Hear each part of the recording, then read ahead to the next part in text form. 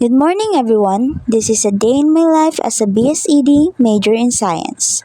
For today, meron kaming quiz, lecture, and iko-conduct na rin namin ang aming first experiment sa aming major, which is inorganic chemistry. I'm currently studying in Metro Manila College here in Novaliches, Quezon City. Today, ko-conduct ang aming prelims first experiments, which is about sa paggamit ng Bunsen burner.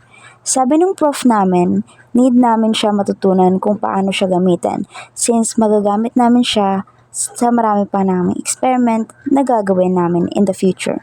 Usually, maaga talaga ako pumapasok, mga 1 hour before sa time, minsan 2 hours kasi ginagawa ko rin siya na time para mag-review ng onte dahil may quiz kami about sa last na lecture ng prof namin bago kami mag-move on sa next lecture.